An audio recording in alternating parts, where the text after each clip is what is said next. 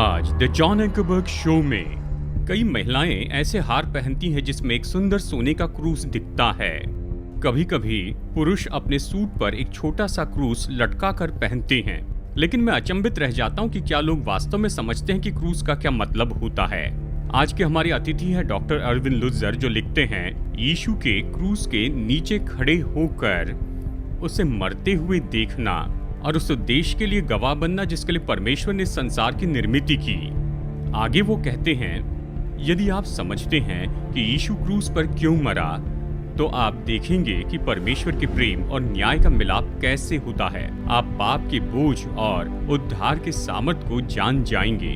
यदि आप यीशु को उसकी निर्बलता, आज्ञाकारिता, दुख और करुणा में देखते हैं, तो आप सीखेंगे कि परमेश्वर आपसे कितना प्रेम करता है।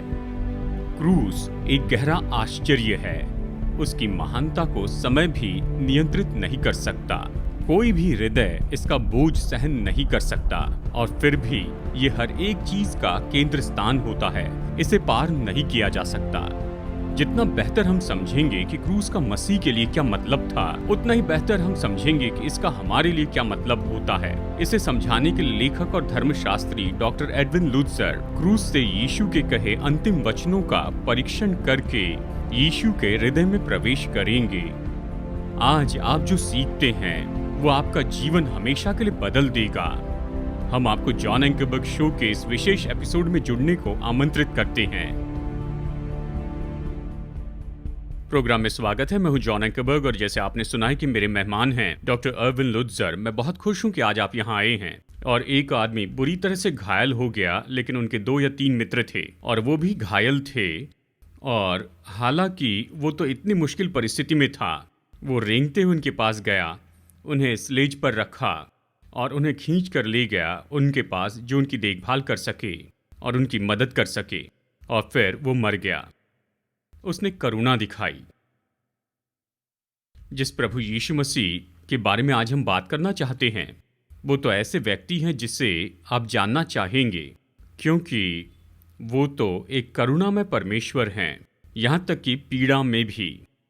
आप सब ने क्रूस की तस्वीरें देखी होंगी। आपने मेल गिब्सन की मूवी में देखा होगा the passion of the Christ. मैं बस यही कह रहा हूँ, अगर आप यीशु को देखें जब वो उस क्रूस पर थे। आज हम जिस बात पर चर्चा करने वाले हैं वो है कि उसने क्या कहा, जो उन्होंने क्रूस के आसपास के लोगों से कहा था जबकि वो सह रहे थे। उस क्रूस पर भयानक दर्द सहा वो तो दूसरे लोगों के बारे में सोच रहे थे। और अरविंद, मैं चाहता हूं कि आप यहां से आगे बताएं। आपके पास बहुत अच्छा उदाहरण है कि कैसे यीशु पीड़ा सहते हुए भी दूसरों के बारे में सोच रहे थे। जैसा कि आपने बताया, यहाँ यीशु पीड़ा सह रहे हैं और वह उन लोगों की ओर देखते हैं और जो वहाँ खड़े हैं, और कहते हैं कि हे नारी, देख ये तेरा पुत्र है। और फिर वो यूहन्ना की ओर देखता है और कहता है यह तेरी माता है। अब हम में से कितने लोग शायद अपनी मृत्यु शैया पर होंगे, और यह निस्संदेह एक कष्टदायी मृत्यु है। हम में से कितने लोग वास्तव में दूसरों के बारे में सोचेंगे, लेकिन यीशु ने ऐसा किया। अब वह सबसे बड़ा पुत्र था, और जहां तक हम जानते हैं यूसुफ की मृत्यु हो चुकी थी। और हम ऐसा इसलिए कहते हैं क्योंकि आखिरी बार हमारा यूसुफ से सामना तब हुआ था जब यीशु मसीह 12 वर्ष की उम्र में मंदिर में थे। उसके माता पिता उसे भूलकर चले गए थे, और फिर बाद में उसे ढूंढते हुए वापस, और फिर यूसुफ बाइबल के पन्नों से गायब हो जाता है, और हम उसके बारे में नहीं सुनते हैं। हमने उसके बारे में फिर कभी नहीं सुना। और ये उसकी माँ है, अर्थात यीशु मसीह की माँ मरियम, और यीशु अब क्रूस पर है। अब बाइबल कहते हैं कि शिष्यों ने उसे त्याग दिया और भाग गए, परंतु यूहन्ना वापस आ गया और वह वहाँ क्रूस के नीचे खड़ा हुआ। और यीशु वास्तव में यूहन्ना से कह रहे थे, अब से मैं चाहता हूँ कि तुम मेरी माँ की देखभाल करो। और बाइबल इंगित करते कि यूहन्ना ऐसा ही किया। लेकिन उल्लेखनीय बात यह है कि यीशु यहाँ अपनी पीड़ा के बीच में यह सुनिश्चित कर रहे हैं कि उनकी माँ का ख्याल रखा जाए। अब आप और मैं जानते हैं कि मरियम को चर्च के इतिहास में बहुत अधिक सम्मान मिला है, और वह एक अद्भुत महिला थी। उदाहरण के लिए हम स्वर्गदूत के उन शब्दों के बारे में सोचते हैं जो उसके पास आया और कहा कि वह एक बच्चे को जन्म देने वाली थी, वह पवित्र आत्मा की सामर्थ्य से उत्पन्न होगा। और उसकी प्रतिक्रिया तत्काल आज्ञाकारिता में से एक थी। वो कहती है, तेरे वचन के अनुसार हूँ। लेकिन फिर जब हम उसके जीवन का अनुसरण करते हैं तो हमें पता चलता है कि जब वे मंदिर में थे, जब यीशु लगभग 8 दिन का छोटा बालक ही था, मुझे लगता है, तभी शमौन ने उस बालक यीशु को अपने हाथों में लिया था। और मूलतः मैंने अक्सर शिमोन के बारे में सोचा है। जरा कल्पना कीजिए कि आप परमेश्वर के पुत्र, परमेश्वर पुरुष को अपनी बाहों में पकड़ रहे हैं, परंतु शिमोन ने मरियम से ये कहा कि तलवार तेरे ही हृदय को छेदेगी। और यीशु को जन्म देने के आशीर्वाद के साथ साथ भारी मात्रा में पीड़ा भी हुई। उदाहरण के लिए, जब हेरोदेस ने बेतलहम के क्षेत्रों में 2 वर्ष और उससे कम उम्र के लड़कों को मार डाला, तो मरियम को पता था कि ऐसा हेरोदेस के मन में उसके बेटे के प्रति नफरत के कारण हुआ था जी। और फिर जब यीशु बड़ा हो रहा था तो आप जानते हैं कि ऐसे लोग भी थे जिन्होंने उसकी निंदा की थी। उन्होंने उस पर व्यभिचार से पैदा होने का आरोप लगाया। मतलब उन्होंने यह नहीं पहचाना कि यीशु वास्तव में कुंवारी से पैदा हुए थे। हालांकि मरियम ने यूसुफ से शादी की थी, इसलिए इस यूसुफ उनके कानूनी पिता थे। लेकिन उसने ये सभी आरोप सुने और केवल इतना ही नहीं, बल्कि उसने दुर्व्यवहार भी देखा। उसने देखा कि कैसे भीड़ की नफरत और शहरों के भीतर नफरत फैलने लगी और ये बात उनके पूरे परिवार को प्रभावित करने लगी। हमारे पास नए नए में इसके रिकॉर्ड भी है और इसलिए ये वहाँ है, वहाँ खड़ी है और अब तक तलवार उसके अपने हृदय को छेद रही है। हम इसे इस तरह सोच सकते हैं, एक सिपाही ने तलवार उठाई और यीशु की पसली में छेद कर दिया और वो देख रही थी और ऐसा लगा मानो ये तलवार वहाँ खड़ी एक माँ के दिल में भी आर पार हो गई। मुझे यकीन है कि यदि उसे अवसर मिलता तो वह उसके साथ स्थान बदलने में प्रसन्न होती। लेकिन अगर उसने ऐसा किया होता तो वह जानती थी कि वह मुक्तिदाता नहीं बन सकती। वह जानती थी कि उसका पुत्र उसे स्वयं छोड़ आ रहा है। और वास्तव में जब वह गर्भवती थी और यीशु को जन्म देने वाले थे तो उसने अद्भुत शब्द कहे और मैं उन्हें सीधे पवित्र शास्त्र से पढ़ रहा हूँ।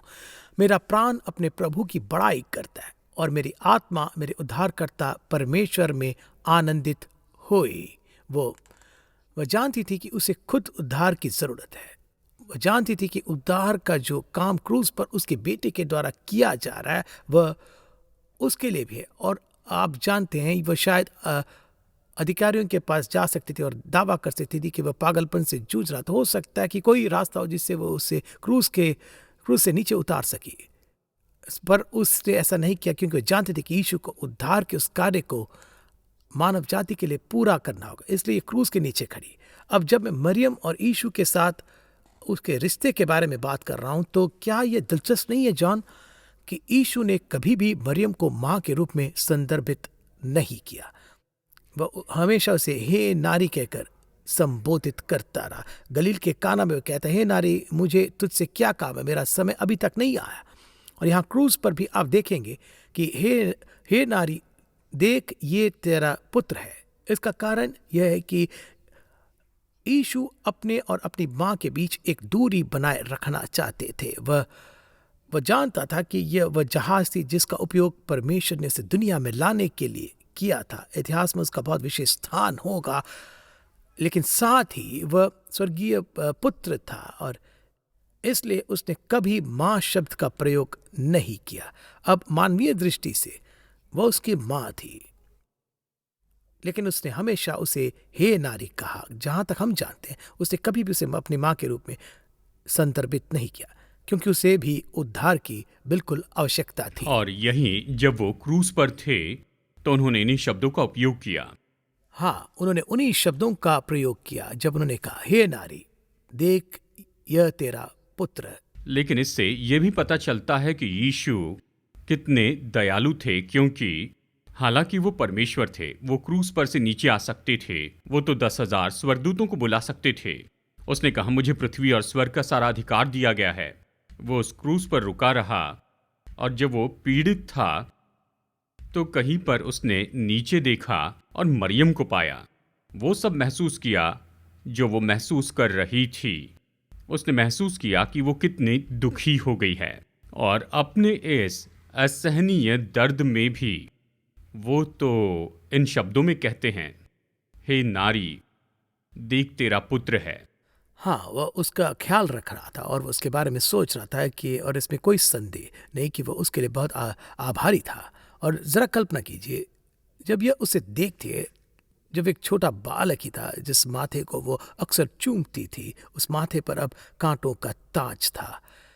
वो हाथ, वे छोटे हाथ जिन्हें उसने उठाया था जब उसने उसे चलना सिखाया था, उन छोटे हाथों को अब क्रूस पर कीलों से जड़ दिया गया था। और इसलिए मरियम वहाँ खड़ी है। लेकिन उल्लेखनीय बात यह है कि सबसे पहले वह वहाँ थी, लेकिन वहाँ अन्य लोग भी थे जो क्रूस पर थे। और वह सलोमी है, जो वास्तव में याकूब और यूहन्ना की माँ थी। और वह महिला है, आपको याद है, जिसने यीशु से कहा था, क्या ये ठीक होगा यदि मेरे बेटे एक तेरे दाहिने हाथ पर और दूसरा तेरे बाएं हाथ की ओर बैठे? हाँ, यीशु के राज्य में। जी, यीशु के राज्य में। अब वह बड़े दुख और बड़ी विनम्रता के साथ वहां खड़ी है और उसे एहसास होता है कि यह कितना गलत था। मानव जाति को उद्धार दिलाने के लिए यीशु को इतना भयानक कष्ट सहना पड़ा। और आप जानते हैं, जब मैंने इसके बारे में सोचना बंद कर दिया जॉन, हम सभी को खुद से यह सवाल पूछना चाहिए कि क्या हम यीशु के लिए वहां होते, या फिर हम उन शिष्यों में से होते जो उसे छोड़कर भाग गए?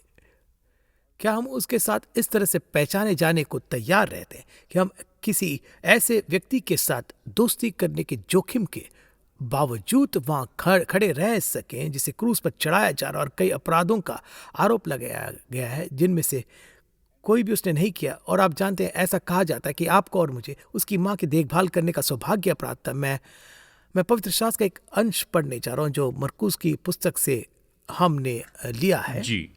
और मरकुस इस बात को बता रहे हैं कि कैसे भीड़ इकट्ठा हो रही है, यहाँ तक कि यीशु का परिवार भी नहीं जानता कि वास्तव में इसे कैसे संभालना है। और भीड़ में से कोई चिल्लाता है कि देख तेरी माँ को। और यीशु ये कहते हैं, मेरी माँ और मेरे भाई कौन है?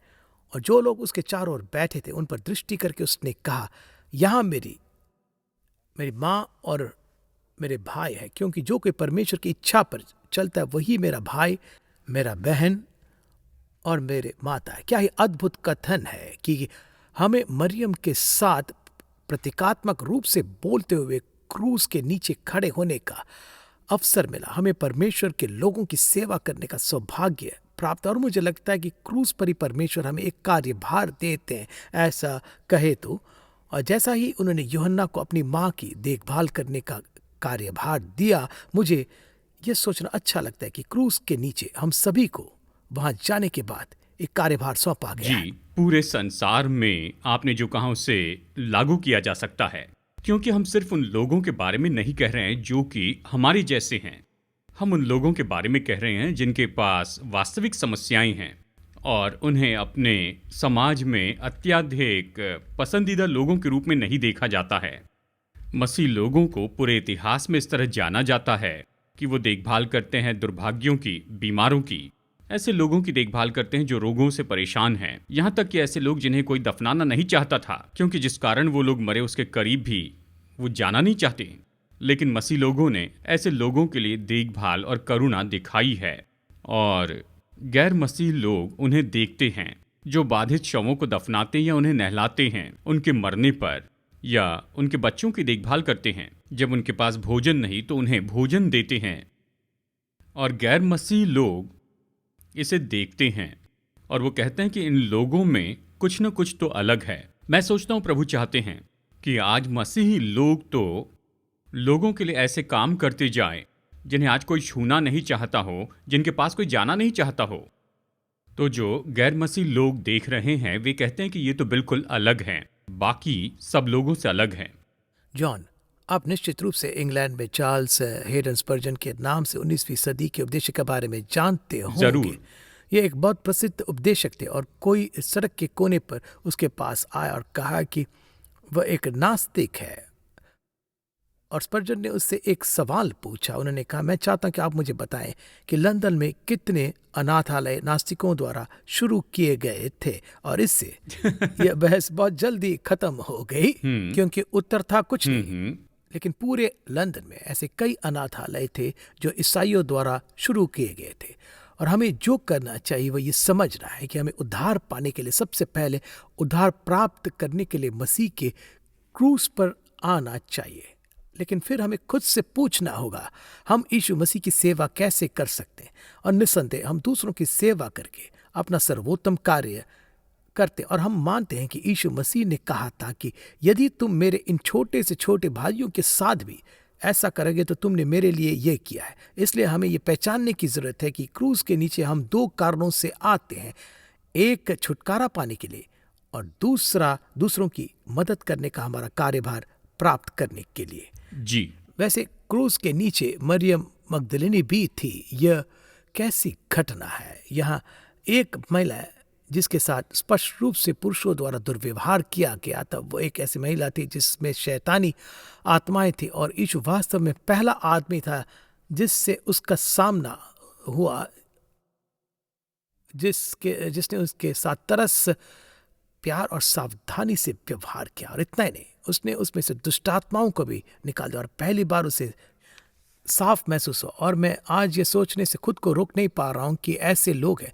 जो हमारी बात सुन रहे हैं, जो शायद आवाज़ें सुनते हैं, उन्हें भयानक सपने आते और वे मन में सोचते हैं कि वे अभिशाप के अधीन हैं, सेवन करें। और उन्हें ये समझने की ज़रूरत है कि जब यीशु मसीह हमें छुटकारा दिलाते हैं तो ये केवल पापों की क्षमा का मामला नहीं है, ये तो पवित्र आत्मा के माध्यम से हमारे जीवन में आने और हमें आशा और दिशा और ज्ञान देने की भी मामला है। और इसीलिए जब हम यीशु मसीह के क्रूस पर आते हैं तो हम इसके महत्व को पहचानते हैं। हाँ, जैसे कि अभी आप बता रहे हैं और हमारे पास बहुत कम समय बाकी है। सच तो ये है कि पूरे संसार के लोग सुन रहे हैं और बात तो यह है कि मैं इन सभी लोगों की तुलना उदाहरण के रूप में उन लोगों से करना चाहूंगा जो लोग क्रूस के तले थे, यीशु के आसपास में। वहां पर हर तरह के लोग थे, विश्वासी और अविश्वासी और दोष निकालने वाले।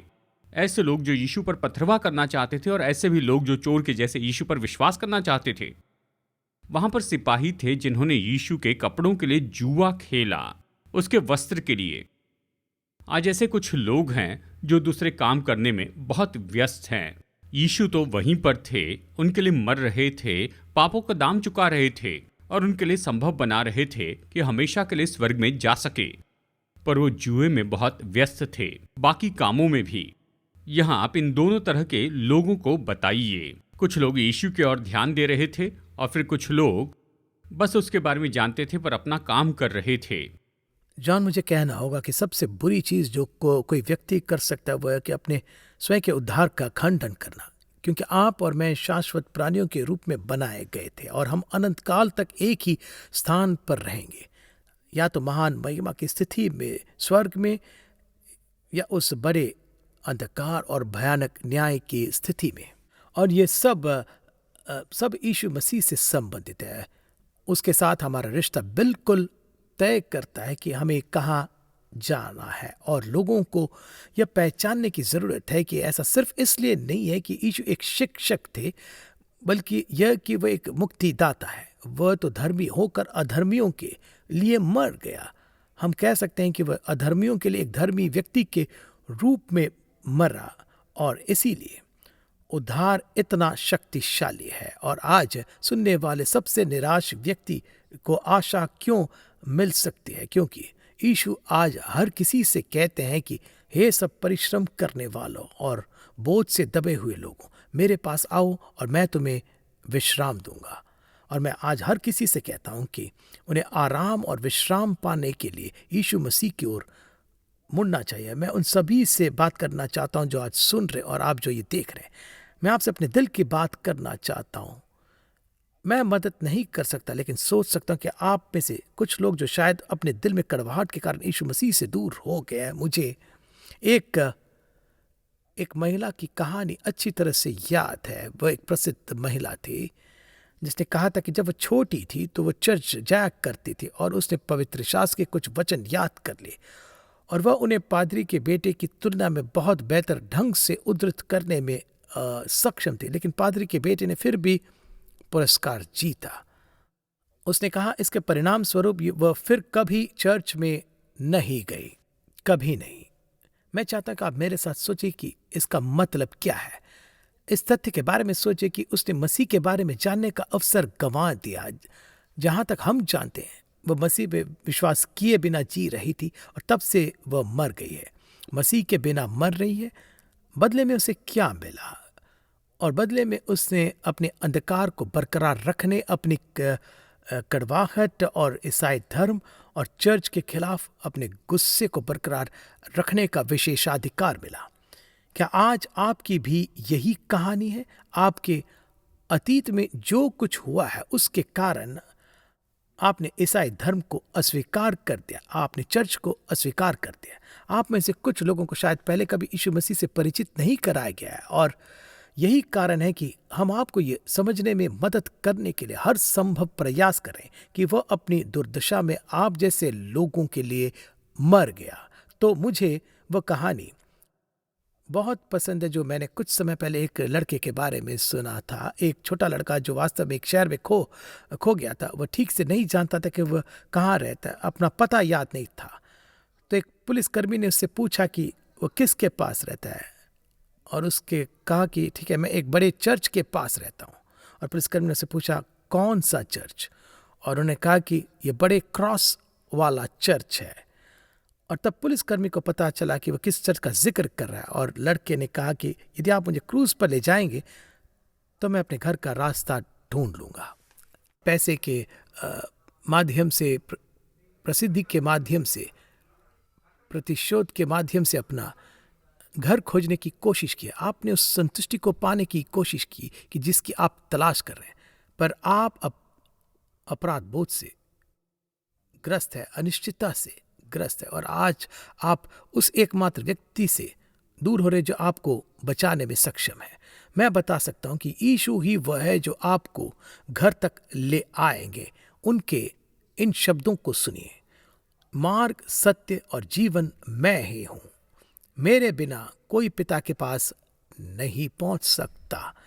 मैं आपसे एक सवाल पूछना चाहता हूं, क्या आप परमेश्वर को पिता कह सकते हैं? क्या आप कह सकते हैं कि हम बाप के घर में हैं? यदि आप नहीं कर सकते तो यीशु ही वह व्यक्ति है जिसकी आप तलाश कर रहे हैं। अपने पाप से फिरिए, उसकी ओर मुड़िए, क्योंकि यह वास्तव में सिर्फ एक शिक्षक मात्र ही नहीं, वह तो एक सच्चा उद्धार करता है। और मैं आज आपको महान पापियों के लिए एक महान उद्धारकर्ता की अनुशंसा करता हूं। क्या आप मेरे साथ प्रार्थना करेंगे? और इस प्रार्थना में क्या आप पर प्रभु से अपने पापों को क्षमा करने के लिए कहेंगे? अपने पापों से फिरे और यीशु मसीह की ओर मुड़े जो आपको क्षमा कर सकता है। पिता, मसीह के क्रूस पर चिंतन करने के इस अवसर के लिए हम आपको धन्यवाद देते हैं। उन सभी के लिए जिन्होंने आज ये सुना, मैं उनके लिए प्रार्थना करता हूं कि आप उनके जीवन में आने वाले बाधाओं को दूर करें। बाधाओं जो उन्हें विश्वास करने से रोक रही है, उनकी शंकाओं को भी दूर करने में उनकी मदद करें कि वे आज ही उद्धार गले लगाए। पाप से मुक्ति देकर आप उन्हें बचा ले और घर तक आने के लिए एकमात्र योग्य व्यक्ति बनने में उनकी मदद करें। हम यीशु के नाम से प्रार्थना करते हैं, आमीन। दोस्तों, आज हमारे साथ जुड़ने के लिए धन्यवाद। और मैं जानता हूं कि निश्चय ऐसी बातें हैं जिन्होंने आपके दिल को छू लिया है। मैं आशा करता हूं कि आप परमेश्वर के वचन को खोलेंगे और इन बातों को देखेंगे जिस पर हम चर्चा कर रहे हैं। और मैं आपको ये भी बताना चाहता हूं कि आप मेरे साथ बने रहिए, क्योंकि कुछ ही पलों में मैं आपसे व्यक्तिगत बात करना चाहता हूं।